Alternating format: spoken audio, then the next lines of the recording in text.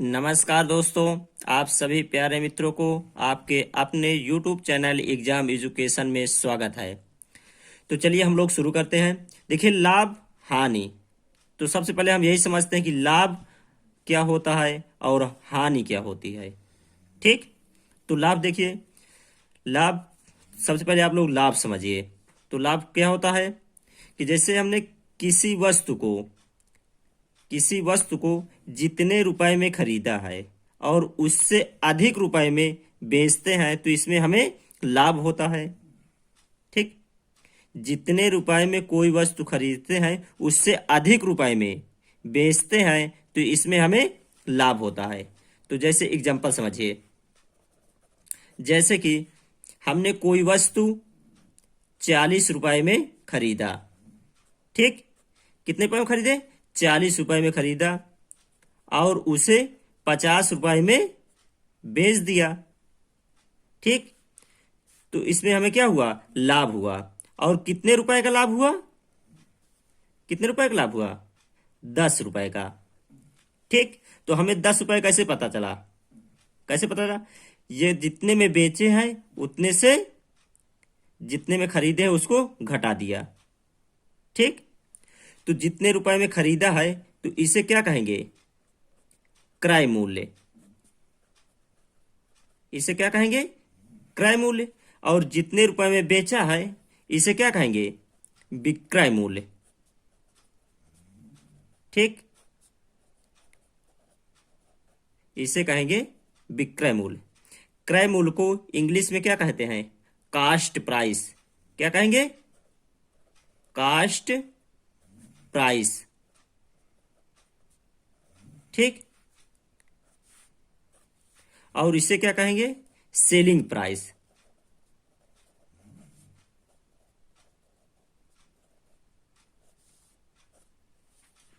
ठीक, तो देखिए, इसमें से कोई वस्तु 40 रुपए में खरीदा गया और उसे 50 रुपए में बेच दिया गया तो इसमें हमें लाभ हुआ। और कितने रुपए का लाभ हुआ?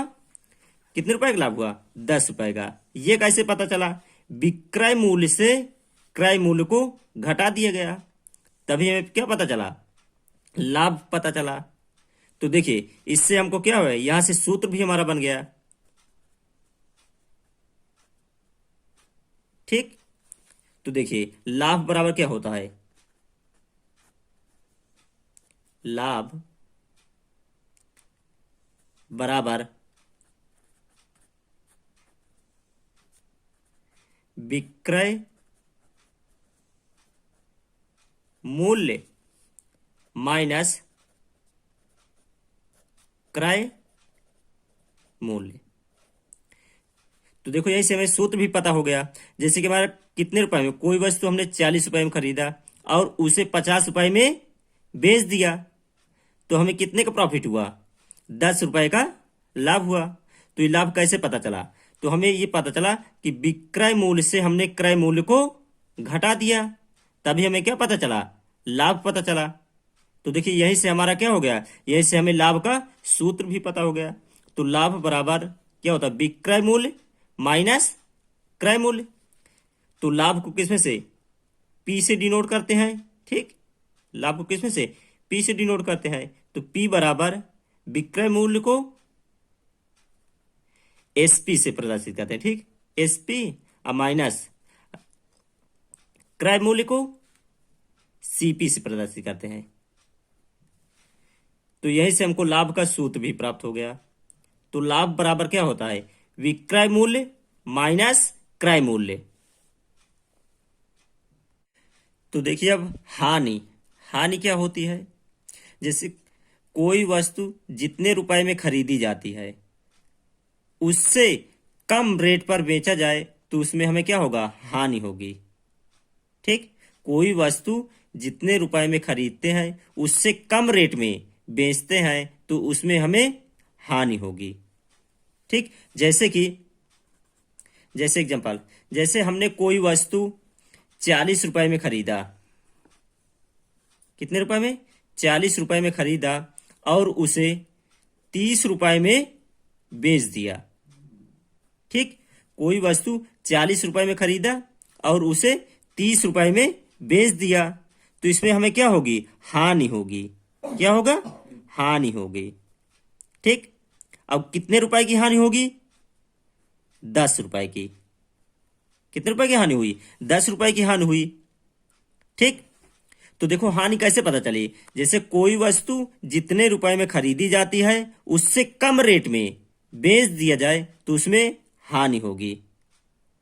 ठीक, तो हानि को, ठीक, ये हानि होगी। तो हानि बराबर क्या सूत्र हमें प्राप्त हुआ, तो हानि का सूत्र देखिए, हानि, हानि को एल से प्रदर्शित करते हैं। तो हानि बराबर क्या होता है, क्रय मूल्य। भाई हमें हानि कैसे पता चला, हानि कैसे पता कि हमें 10 रुपए का घाटा हुआ।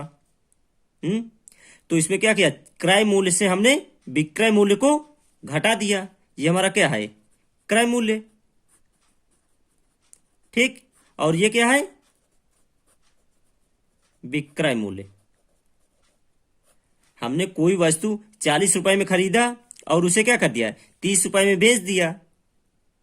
ठीक, तो इसमें हमें क्या होगी, इससे पता चलता ही है क्या होगी, हमें इसमें हानि होगी। और हानि कितने रुपए की हुई, तो इसमें हानि कितने रुपए की हुई, 10 रुपए की हानि हुई। ये हमें कैसे पता चला, अर्थात क्रय मूल्य से विक्रय मूल्य को घटा दिया, तभी तो हमें पता चला कि इसमें 10 रुपए की हमें हानि हुई। तो क्रय मूल्य को किसमें प्रदर्शित करते हैं, सीपी माइनस विक्रय मूल्य, माइनस विक्रय मूल्य। ठीक, तो यहां से हमें हानि का सूत्र क्या प्राप्त हुआ, हानि बराबर क्रय मूल्य माइनस विक्रय मूल्य। तो देखिए यहां से हमें हानि का भी सूत्र पता चल गया। इस सवाल को सॉल्व करते हैं। तो देखिए सवाल, एक दुकानदार एक वस्तु को 600 रुपए में खरीदा, अर्थात कितने रुपए में खरीदा, 600 रुपए में खरीदा, और उस वस्तु को 750 रुपए में, 750 रुपए में बेच देता है, तो दुकानदार को कुल कितने प्रतिशत का लाभ हुआ। तो देखिए इसमें हमें क्या बताना है, प्रतिशत लाभ बताना है। ठीक, तो प्रतिशत लाभ कैसे ज्ञात करेंगे, तो इससे पहले हम लोग पहले लाभ ज्ञात करते हैं, फिर उसके बाद प्रतिशत लाभ का सूत्र लगा के प्रतिशत लाभ ज्ञात कर लेते हैं। ठीक, तो सबसे पहले इसमें देखो हमारा सीपी कितना दिया है, क्रय मूल्य कितना दिया गया है,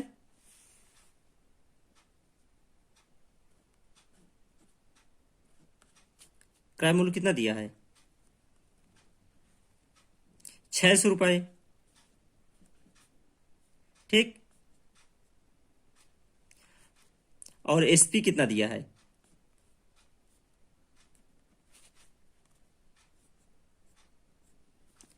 750 रुपए। ठीक, तो इसमें से हम लोग प्रॉफिट ज्ञात कर लेते हैं, लाभ, लाभ बराबर क्या होता है, एसपी माइनस सीपी, यानी विक्रय मूल्य माइनस क्रय मूल्य। तो विक्रय मूल्य हमारा कितना दिया है, 750, माइनस क्रय मूल्य कितना दिया है, 600, अर्थात लाभ कितना प्राप्त हुआ हमें, 150 रुपए। लाभ हमें कितना प्राप्त हो गया, 150 रुपए। तो अब इसका प्रतिशत लाभ का सूत्र लगा दीजिए। ठीक, तो लाभ प्रतिशत बराबर क्या होता है, प्रॉफिट गुणे 100 बटे सीपी, ये सूत्र होता है, तो इसी में रख दीजिए। तो लाभ हमें कितना प्राप्त हुआ, 150 रुपए। तो लाभ की दर पर कितना रखा, 150 गुणे 100 होता है, 100 बटे क्रय मूल्य कितना दे गया है, क्रय मूल्य कितना दिया है, 600 रुपए। तो क्रय मूल्य के स्थान पर 600 रुपए रख दीजिए। ठीक, तो अब इसको काटिए, देखो 2 जीरो से 2 जीरो कैंसिल। तो देखिए अब इसको काटिए, 2 से कट जाएगा, 2 तिहाई 6, और 2 से इसको काटिए, 2 सते 14 और 2 पंचे 10। अब देखिए 3 से काटो, कटेगा, 3 से काटो, 3 दूनी 6 और 3 पचे 15 कट जाएगा तो काटिए। 3 एक कम 3, 3 दूनी 6, एक बढ़ा, ये कितना हो गया 15 और 3 पचे 15, अर्थात कितने प्रतिशत प्राप्त हुआ? 25%। अर्थात लाभ प्रतिशत हमें कितना प्राप्त हुआ? 25%। ठीक, तो इसमें कौन सा ऑप्शन सही होगा? P बराबर 25, तो इसमें ऑप्शन कौन सही होगा? ऑप्शन बी सही होगा। ठीक, तो देखिए एक व्यापारी एक वस्तु को 500 रुपए में खरीदा, ठीक, और उसे 440 रुपए में बेच देता है, तो हानि प्रतिशत ज्ञात कीजिए। इसमें क्या ज्ञात करना? हानि प्रतिशत ज्ञात करना है। ठीक, तो एक व्यापारी एक वस्तु को 500 रुपए में खरीदा, अर्थात कितने रुपए में खरीदा? 500 रुपए में। तो खरीदा तो ये हमारा क्या होगा? क्रय मूल्य। ठीक, तो क्रय मूल्य सीपी बराबर कितना दिया गया है? 500 रुपए। तो 500 रुपए में खरीदा और उसे 440 रुपए में बेच देता है, तो विक्रय मूल्य कितना दिया है? सेलिंग प्राइस, सेलिंग प्राइस 440 रुपए। ठीक, तो इसमें से हम क्या ज्ञात कर लेते हैं? तो देखो इसमें क्या है, कास्ट प्राइस ज्यादा है और सेलिंग प्राइस कम है, तो इसमें हमें क्या होगा? हानि होगा। ठीक, तो कितने रुपए की हानि हो रहा? तो हानि पहले ज्ञात कर लेते हैं। ठीक, तो हानि बराबर क्या होगा? हानि बराबर क्या होता है? सीपी माइनस एसपी, अर्थात जब हानि होता है तो क्रय मूल्य से विक्रय मूल्य को घटा दिया जाता है। तो इसमें क्रय मूल्य कितना दिया गया है? क्रय मूल्य कितना हमारा? 500, और विक्रय मूल्य कितना है? 440 रुपए, अर्थात कितने रुपए की हानि हुई? 60 रुपए की। ठीक, हानि कितने रुपए की हुई? 60 रुपए की। ठीक, तो इसमें क्वेश्चन में क्या पूछा गया है? हानि प्रतिशत, हानि प्रतिशत पूछा गया है, तो इसमें हानि प्रतिशत का सूत्र लगा दीजिए। हानि प्रतिशत बराबर क्या होता है? हानि गुणे 100 बटे क्रय मूल्य। ठीक, तो इसमें अभी हानि प्राप्त हुई है, हानि कितने प्राप्त हुआ हमें? 60 रुपए। तो 60 गुणे 100 बटे क्रय मूल्य कितना है? क्रय मूल्य कितना दिया है? 500 रुपए, तो क्रय मूल्य 500। ठीक, तो 2 जीरो से 2 जीरो कैंसिल, और 5 से इसको काटिए, कितना हुआ? 5 एक कम 5। ठीक, और इसमें कितना बढ़ा? 1, 5 दूनी 10, तो हानि प्रतिशत कितना प्राप्त हुआ हमें? हानि प्रतिशत बराबर 12%। ठीक, तो इसमें कौन सा ऑप्शन सही होगा? ऑप्शन डी सही होगा।